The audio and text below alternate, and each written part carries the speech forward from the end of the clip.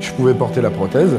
À ce niveau-là, c'est comme si j'avais une main droite qui à la base n'était qu'une sculpture et qui est devenue quelque chose de beaucoup plus intéressant.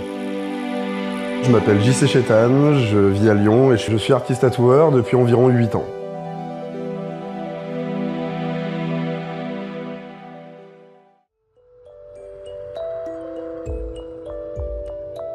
J'ai perdu mon bras lorsque j'avais 10 ans, donc il y a 22 ans. Le fait que j'ai un bras en moins m'amène un regard différent sur le tatou. Un jour, j'ai demandé à un ami à moi tatoueur qui me monte une machine. À partir de ce jour-là, j'ai un petit peu lâché tout ce que je faisais pour me mettre à apprendre à tatouer en solo.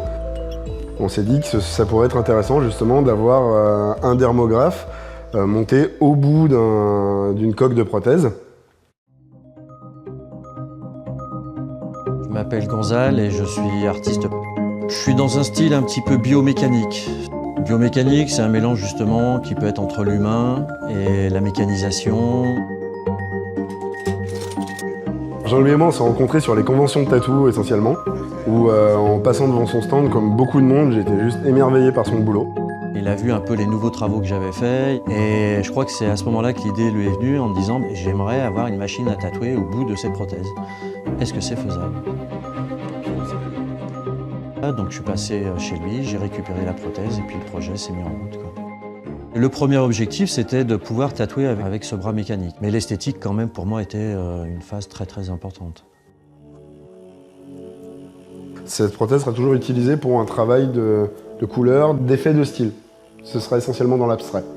Une fois que la machine était fixée sur le bras, qu'elle pouvait pivoter à 360 degrés pour pouvoir être utilisée correctement, je pense qu'il a été agréablement surpris. Et enfin, je l'ai vu un peu comme un gamin qui avait un nouveau jouet pour travailler. Et puis je pense qu'il a assez rapidement aussi eu envie d'une deuxième, encore un petit peu plus technique, là pour le coup, pour vraiment un peu plus travailler.